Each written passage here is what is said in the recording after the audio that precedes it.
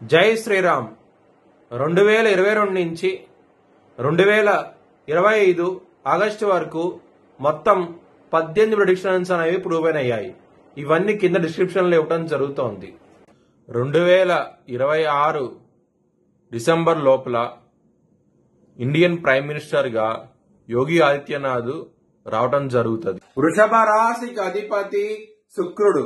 వృషభ రాశిలో రోహిణి 4 పాదాలు, కృత్తిక 2, 3, 4 పాదాలు, మృగశిర 1, 2 పాదాలు ఉంటాయి. ఈ నక్షత్రం వాళ్ళందరికీ నేను చెప్పే వార ఫలితాలు వర్తిస్తాయి. ఈ వారంలో వృషభ రాశి వారికి 2వ స్థానంలో గురువు గారు బాగున్నారు. అలాగే 4వ స్థానంలో శుక్రుడు యోగిస్తున్నారు. 6వ స్థానంలో కుజుడు యోగిస్తున్నారు. లాభస్థానంలో శని గారు యోగిస్తున్నారు. మొత్తం 4 గ్రహాలు యోగిస్తున్నాయి. వృషభ రాశి వారికి చాలా మంచి ఫలితాలు ఉంటాయి. శనివారం రోజున ముఖ్యమైన పని స్టార్ట్ చేస్తే కనుక ఖచ్చితంగా విజయం సాధించే అవకాశాలు ఎక్కువగా ఉన్నాయి. అలాగే సోమవారం రోజున, గురువారం రోజున ముఖ్యమైన పనులు స్టార్ట్ చేయకండి. స్టార్ట్ చేస్తే కనుక వ్యతిరేకత ఫలితాలు ఉంటాయి. ధన నష్టం వచ్చే అవకాశం ఉన్నది. కొంచెం జాగ్రత్త తీసుకోండి. మీరు కనుక గోధుమలు కనుక బ్రాహ్మణుడికి దానం చేస్తే కనుక చాలా మంచి ఫలితాలు ఉంటాయి. ఈ వారంలో లక్ష్మీదేవి టెంపుల్ కి వెళ్ళండి. శుక్రవారం రోజున ఇంకా మంచి ఫలితాలంటూ ఉంటాయి. వృషభ రాశి వారికి లాభస్థానంలో శని గారు, అలాగే 2వ స్థానంలో గురువు గారు యోగిష్టం మూలంగా ధనపరంగా మాత్రం ఎటువంటి ఇష్యూస్ ఉండవు. చాలా మంచి ఫలితాలు ఉంటాయి. ఇక్కడ కుటుంబ స్థానంలో గురువు గారు ఉండటం మూలంగా మీకు చాలా మంచి ఫలితాలు ఉంటాయి. కుటుంబ పరంగా మాత్రం కుటుంబ సభ్యుల నుంచి మీకు సహకారాలు అంటూ అందుతాయి. మీకు చాలా ఆనందంగా ఉంటారు.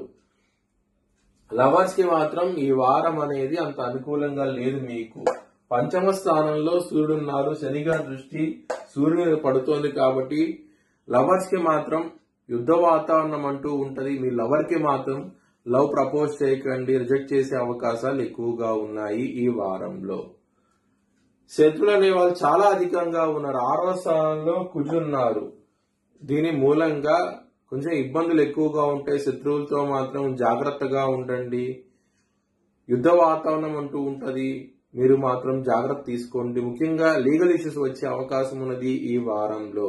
ఇక్కడ 6వ స్థానంలో కుజుడు స్వాతి నక్షత్రం మీద ఉన్నాడు. అంటే రాహు నక్షత్రం అన్నమాట.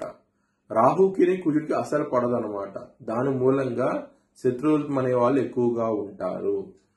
ఆరోగ్య పరంగా కూడా కొంచెం ఇబ్బందులు ఎక్కువగా ఉన్నాయి. కొంచెం జాగ్రత్త తీసుకోండి. 8వ స్థానాన్ని శనిగా చూస్తున్నారు. 6వ స్థానంలో కుజుడు ఉన్నాడు. మరియు స్వాతి నక్షత్రం మీద ఉన్నాడు కాబట్టి కొంచెం ఇబ్బందులు ఉంటాయి. ఆరోగ్య పరంగా మాత్రం ఈ వారంలో కొంచెం జాగ్రత్త తీసుకోండి. హనుమాన్ చాలీసా కనుక పారాయణం చేస్తే కనుక చాలా మంచి ఫలితాలు ఉంటాయి. ఇక్కడ 6వ స్థానంలోకి బుధుడు కూడా కన్యా రాశి నుంచి తులారాశికి వస్తున్నాడు. యాంగ్జైటీ, డిప్రెషన్స్ ఇలాంటివి ఉండే అవకాశం ఉన్నది. అక్టోబర్ 2వ తారీఖు తర్వాత నుంచి మాత్రం మ్యారేజ్ పరంగా ఇబ్బందులు ఉంటాయి. ఇక్కడ 7వ స్థానం అధిపతి అయిన కుజుడు 6వ స్థానంలో ఉన్నాడు. మరియు స్వాతి నక్షత్రం మీద ఉన్నాడు కాబట్టి కొంచెం ఇబ్బందులు ఉంటాయి. మ్యారేజ్ పరంగా గొడవలు విపరీతంగా ఉంటాయి. కొంచెం జాగ్రత్త అంటూ ఎక్కువ తీసుకోండి. బిజినెస్ పరంగా చాలా చాలా వ్యతిరేకత ఉంటుంది. చాలా జాగ్రత్తగా ఉండండి. అక్టోబర్ 2వ తారీఖు నుంచి కన్యా రాశి నుంచి తులారాశికి బుధుడు రాబోతున్నారు. 6వ స్థానంలో ఉంటాడు. రుణ, రోగ, శత్రు స్థానంలో ఉంటాడు కాబట్టి బిజినెస్ పరంగా వ్యతిరేకత ఫలితాలు ఉంటాయి. నష్టం వచ్చే అవకాశం ఉంది. పెట్టుబడులను తగ్గించి పెట్టుకోండి. కెరియర్ పరంగా ఎక్సలెంట్ డెవలప్మెంట్స్ ఉంటాయి. రాహు గారు 10వ స్థానంలో ఉన్నారు.